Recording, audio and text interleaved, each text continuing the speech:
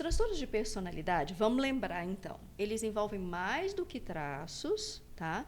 Porque a gente vai falar agora tanto do transtorno de personalidade narcisista quanto do transtorno de personalidade borderline, mas a gente tem que se lembrar que eles se caracterizam por um padrão de comportamento mal adaptativo, profundamente enraizado, inflexível, com início, aí eu vou dizer, sempre lá na infância, na adolescência. Geralmente, os traços mais fortes, assim, são percebidos pela população em geral, não estou dizendo por profissionais, na adolescência, né? Onde que grita. Como Principalmente. Mas a gente já percebe na infância. Apesar da gente, que a gente não vai falar sobre, por exemplo, a sociopatia, né? Como o não antissocial. há o pré-determinismo, né? O determinismo, desculpa, sim, psíquico, a gente não pode dizer que vai ser aquele caminho que a criança vai tomar. Mas a gente já entende o rumo que está sendo direcionado ali, sim, né? E pode ser feito um trabalho. Eu acho que as pessoas ficam... Quando a gente fala assim, começa lá na infância, né? A gente observa na infância, constrói-se na infância e já se observa na infância traços e na adolescência, acho que as pessoas, Laura, às vezes elas ficam em dúvida, assim, mas então a culpa é minha como mãe, como pai? Bora lá, porque eu acho que antes de falar, certeza que já estão pensando nisso, não é? Jorge, você começou a falar, eu falei, gente, como que a gente não vai entrar nisso? Porque é o primeiro lugar que os pais vão. É o primeiro lugar que eles se colocam. Que eles se colocam. E a gente precisa esclarecer que não é por aí, né, Laura? O que eu fiz de errado? O que eu deixei de fazer? Né? O que eu fiz de errado? Por quê? Ou então, uma vez eu escutei de uma pessoa que estava escutando, ela estava ainda gestando, ela virou e falou assim, Laura, é uma responsabilidade muito grande. Essa então, você está dizendo que tudo que eu vou oferecer para o meu filho que está aqui, o que ele vai ser ou deixar de ser, eu estou aqui pensando, porque eu não queria usar a responsabilidade, porque não foi essa palavra que ela usou, essa é a que eu uso, porque ela eu já fala tenho culpa, a consciência, né? E nós usamos. Né? Então, é a culpa do que eu ofereci. Aí, como é que a gente responde, né, Laura? Na verdade, são escolhas também. A gente oferece o que a gente tem. Sim. E entendendo que é o melhor. Sim. Agora, eu também costumo dizer o seguinte, uma coisa é o que a gente oferece, né, Jorge? Outra coisa é o que a criança, o bebê, a criança capta do que a gente oferece. Que atravessa, a forma como isso atravessa. Lembra que a gente falou lá no início do programa, né, desse programa, que é o que é a personalidade? Tem a parte do temperamento e tem a parte do caráter. Então, tem a parte que ela é inata, geneticamente determinada, que pode ser modificada, mas a gente está falando de criança, a gente está falando de bebê. E que é a parte do caráter, que é formada a partir daquilo que eu ensino, que a sociedade, a família, a cultura, né, oferece para essa criança. Então, a gente tem que entender que existem muitas coisas acontecendo ao redor dessa criança, muitas coisas acontecendo dentro dessa criança, porque o ambiente ele não é só externo, ele também é interno. Esse temperamento é um ambiente interno também para o próprio indivíduo. E a construção do ego, a gente vai ter que entrar nisso, não tem jeito. E a construção do ego, ela depende, então, dessa tomada de consciência de quem eu sou. E isso a criança ela vai tomando consciência de quem ela é, conforme ela vai percebendo que o peito não é ela, que o peito pertence à mãe, que a mãe é uma outra pessoa diferente dele. Então, fase oral canibalística, depois a criança entra na fase anal, onde ela percebe o próprio corpo como, né, algo que funciona, que depende dela, que não depende... Você entende? Conforme a criança ela vai tomando consciência dela, do mundo das coisas, então, quer dizer, não é só o que eu ofereço, mas é também, como a Laura estava dizendo, né? Como você está dizendo, assim como o outro também concebe isso para si mesmo, os sentidos que a própria criança, eu como a criança, né, vamos dizer, que a própria criança, o próprio adolescente também, vamos dizer, mais à frente, também dá para toda essa história. Eu tenho um caso também interessante, as pessoas gostam, né, quando a gente traz assim, casos também que são, os pacientes também ofereceram, né, esse espaço para que pudesse falar disso que aconteceu com eles. Você também não está dizendo o nome. Fica não, mas não é só isso. É porque a gente tem que tomar cuidado com essa história, né? Mas o próprio paciente dizia assim, eu vou fazer um fragmento de sessão assim. Meu pai não entende que, por mais que ele tenha me dado tudo, agora quando ele me exige, eu entendo que ele não me deu nada, porque eu fui criada por babás, ele vivia viajando. Quando ele chegava, ele queria a minha alma. E eu não tinha alma para oferecer. Isso, assim, lógico, depois de um processo de análise, de um tempinho de análise, a própria adolescente, porque é uma adolescente, ela diz isso. Olha só a consciência que ela conseguiu. Isso foi até essa semana. Ela conseguiu expressar, que ela nunca tinha conseguido expressar. Nesse momento, após muita gente construir formas de falar sobre emoções, porque ela não sabia falar absolutamente nada sobre emoções. Super engraçado isso, né? É como se fosse um analfabetismo emocional, a gente diz assim, né? Não sabia falar. Então, tivemos que construir todo um alfabeto sobre as emoções para que ela pudesse, então, chegar nesse momento... perceber como ela se sente diante de todas as... E saber falar e explicar para mim, pela primeira vez, ela conseguiu explicar como ela se sentia diante das cobranças que o pai fazia. Porque nem isso ela dava conta de falar. Uma menina isolada do mundo, isolada das pessoas, isolada das coisas, só em jogos de celular, né? Nem não pode nem virtuais, sabe assim, joguinhos aqueles individuais. Assim, individuais, uma pessoa assim isolada do mundo e das coisas. Dificuldade com as relações. Mas mesmo. muita, até de reconhecimento dela mesma, de identidade. É tão engraçado como eles chegam, como essa outra petitinha que eu tinha falado, né? De 2, 3, 4, 5 anos aí nesses. Olha que maravilha. Tratamento. E ela agora com 11, 12, ela agora fez 13, então assim, 11, 12, 13 anos. A gente também nesse processo agora, também. Olha que maravilha essa criança que chega para você aos 3 anos e encerra parte do tratamento, eu vou dizer parte, porque a gente sabe que é um processo que ele pode tem muita coisa que a gente de retornos ainda, né? E não deixa que isso se acumule com outras etapas e com outras questões para serem tratadas lá na frente, né? Às vezes as pessoas perguntam, Laura, acho que meu filho precisa de acompanhamento, mas ele tem só 2 anos. E fulano fala para eu ficar, às vezes, meu marido ou a avó, fala que de forma alguma, que é só uma criança. Vai passar uma fase, é o que a gente escuta. Sim, talvez até passe aquela fase, mas não o que aquilo representa ali dentro. Só vai mudar de lugar, porque às vezes a idade não condiz com alguns comportamentos, né? Sim. E aí... Enfim, aí essa paciente, ela expressando, ela pela primeira vez, então, ela conseguiu dizer, eu não tenho para dar, porque eu não recebi. Eu falei, gente, mas essas babás, então, que ficavam com você, porque ela falou que a mamãe viajava, né, o pai e a mãe viajavam muito a trabalho, e não ficavam com ela e com a irmã.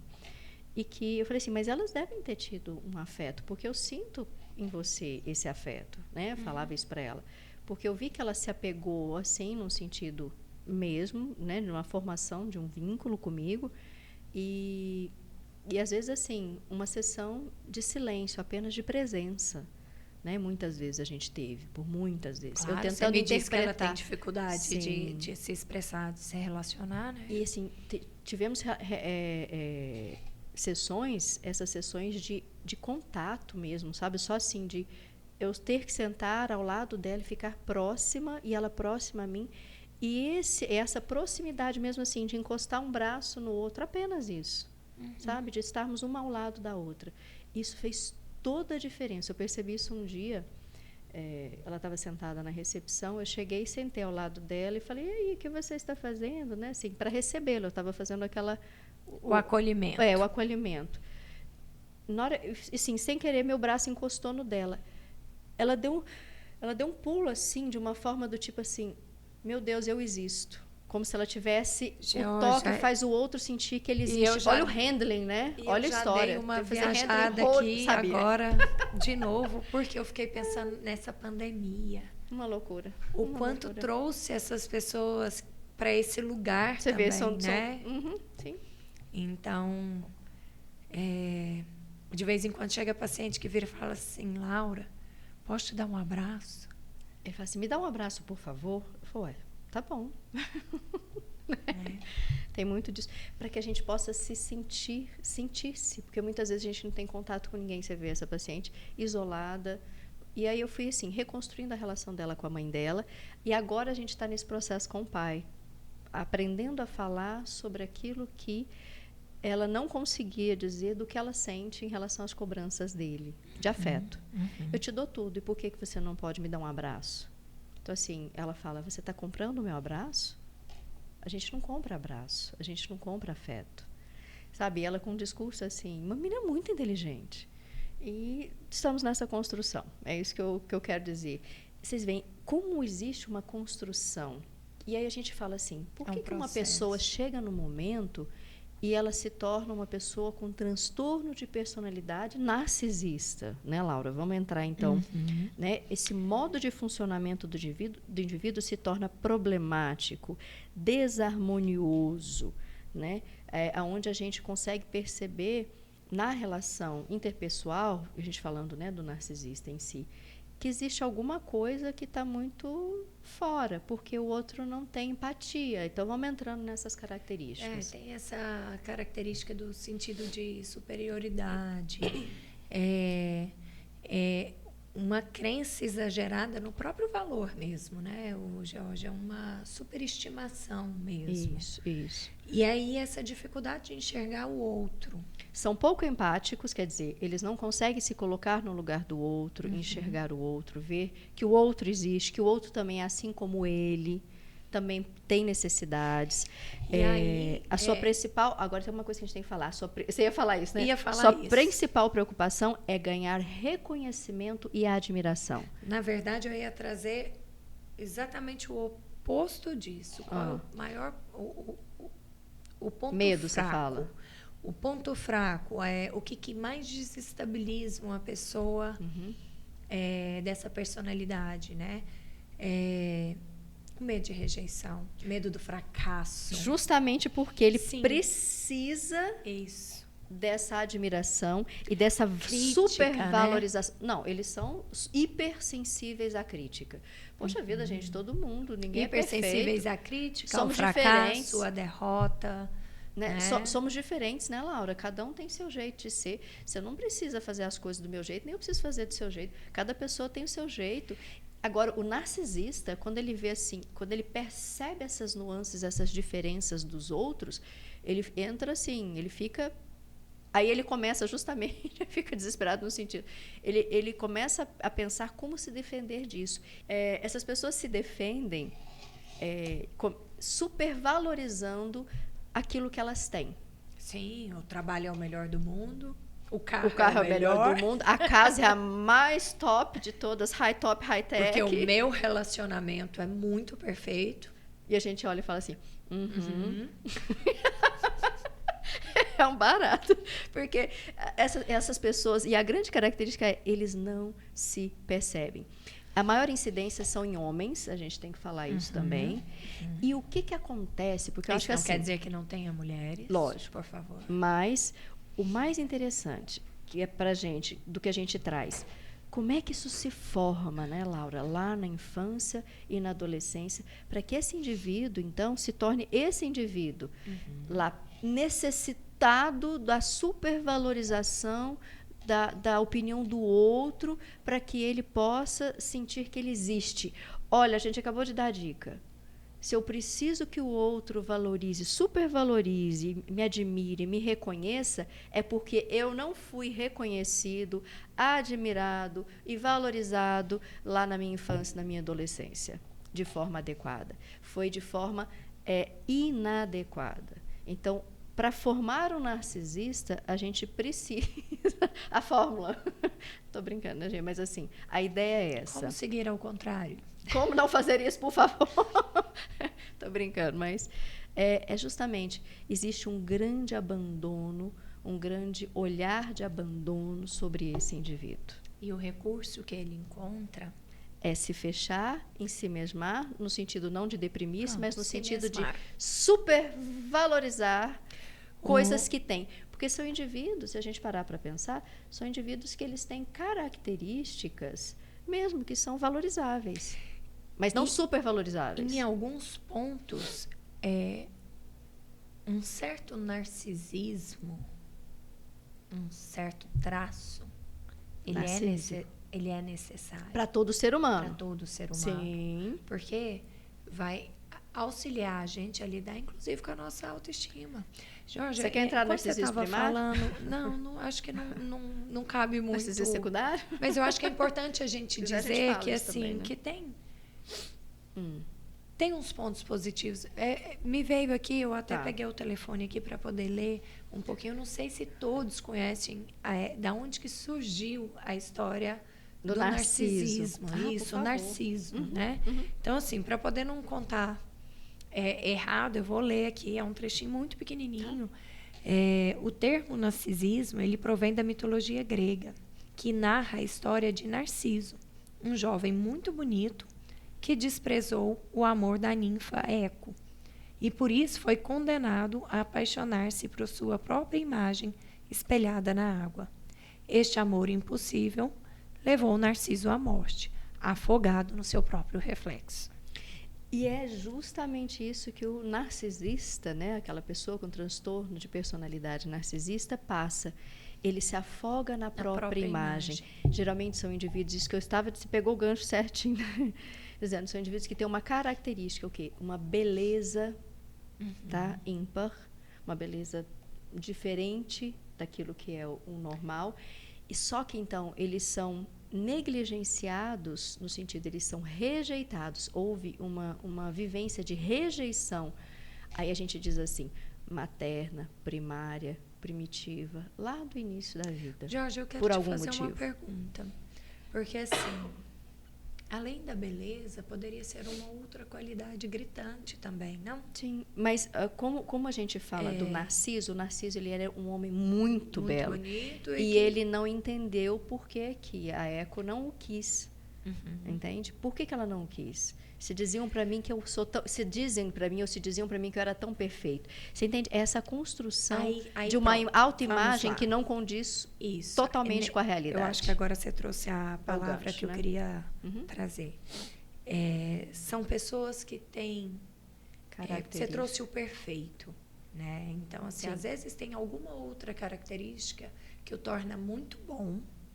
Sim, são pessoas que têm, para além da beleza. Sim, todo mundo tem qualidades. Sim, é muito bom para além da beleza e que traz exatamente todo esse contexto. Mas eu queria trazer assim, para além dessa questão da como da que eu beleza, posso ser, mas no sentido, como que eu posso ser rejeitado sendo que se eu tenho essa característica, né?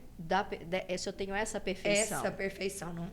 Só que essa perfeição, ela existe como uma defesa de um abandono, como eu disse, primitivo, primário, materno, lá do início da vida. Tudo tem um porquê. Por que a gente... Não é determinismo psíquico em si, mas é uma característica que a gente precisa considerar que todos aqueles que têm, né, um transtorno de personalidade narcisista, eles passaram por uma situação dessa. Vou tentar trazer um exemplo. Nem todas as pessoas que passam se tornam narcisistas. Mas... inventado, né? Mas, assim, às vezes uma pessoa que tenha passado por uma rejeição primária. Uma rejeição primária. Precisa... se superar e ser excelente, ele encontra um caminho ali, às vezes, por exemplo, na escola, para ser muito bom, chamar a atenção, brilhar os olhos das pessoas. Porque precisa ser admirado, observado, reconhecido, porque não foi visto, admirado e reconhecido por aquela figura, né? Estamos lá nessa principal. Base.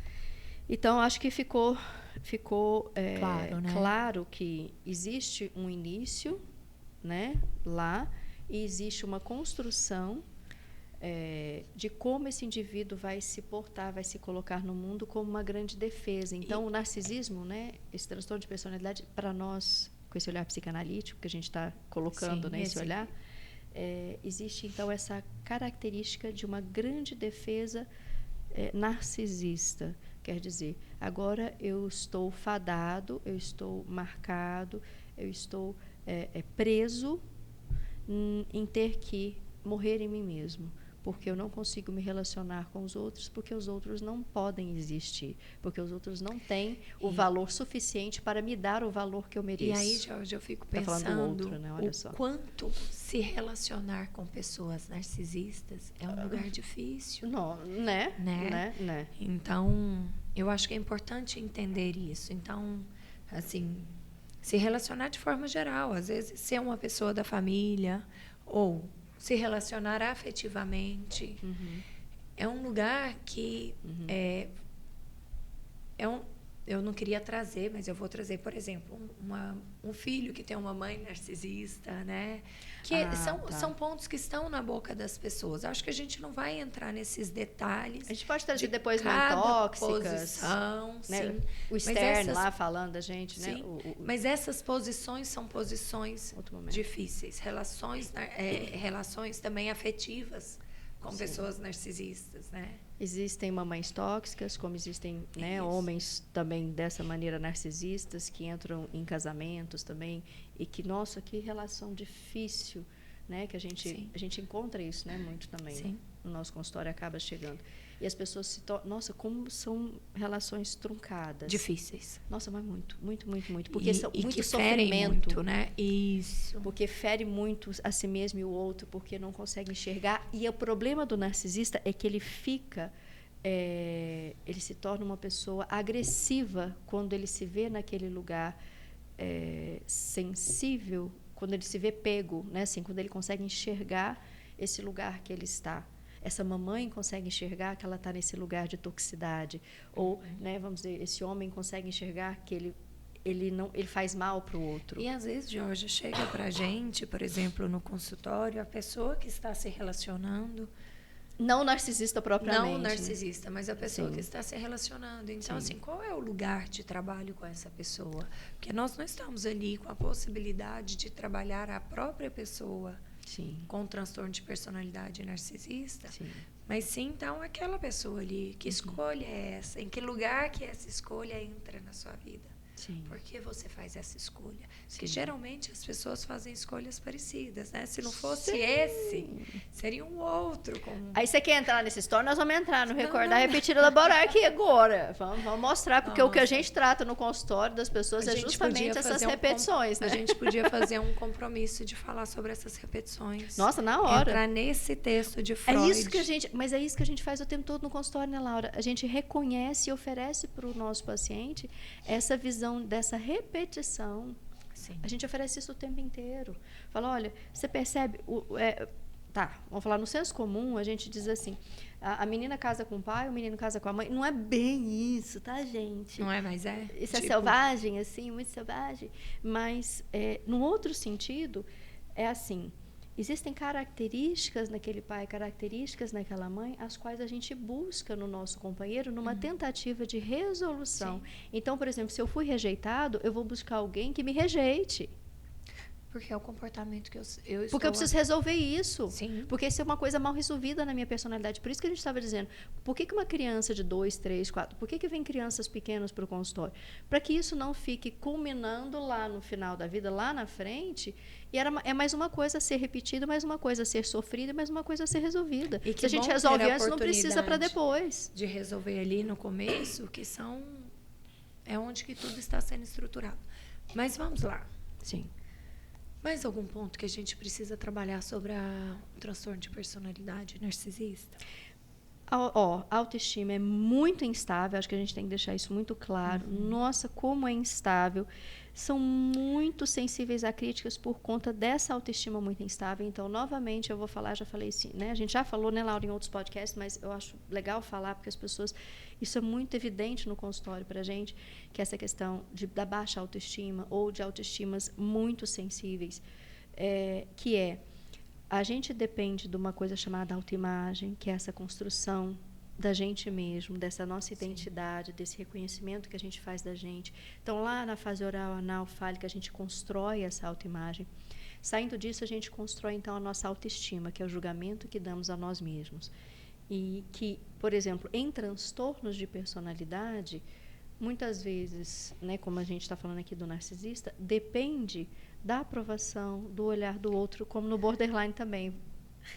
Então, essa necessidade da aprovação do outro, mas no sentido, eu falo que eu sou grande, você só confirma, porque se você não confirma o que eu te disse, eu fico muito vulnerável, aí eu fico instável, aí é mais falta de empatia, sabe assim, aumenta a minha falta de empatia, a minha insensibilidade em relação aos sentimentos alheios, e aí eu posso me tornar uma pessoa explosiva, eu posso me tornar uma pessoa agressiva, eu posso me tornar uma pessoa até respostas depressiva, para quando ele se sente desorganizado em caquinhos. Em caquinhos, ele se perde. Então, poder ajudar isso que você estava falando, né? As suas necessidades, elas devem ser satisfeitas e, por isso, acaba por explorar o outro, né? Afinal de contas, o outro não é tão importante para eles, a não ser importante para que eles se sintam mais importantes. Então, assim, não é uma pessoa, vamos dizer, uma pessoa que precisa de cuidados, né, gente? Que precisa, mas eles não chegam porque eles nunca vão achar que eles têm problemas ou necessitam de alguma coisa. Somente quando a situação fica bastante apertada na vida, onde culmina-se, vamos dizer, em divórcios, culmina-se em abandonos reais, né? E assim por diante, em situações bem extremas. São pacientes difíceis de chegar no consultório, né? Mas que geralmente a gente encontra muito pessoas que lidam com eles, né? Sim. Parceiros, vem os parceiros, amigos, isso. Filhos. Sim. Etc. Então, ficamos por aqui com transtorno de personalidade narcisista. Alguma dúvida? Estamos à disposição para conversar um pouco mais sobre isso.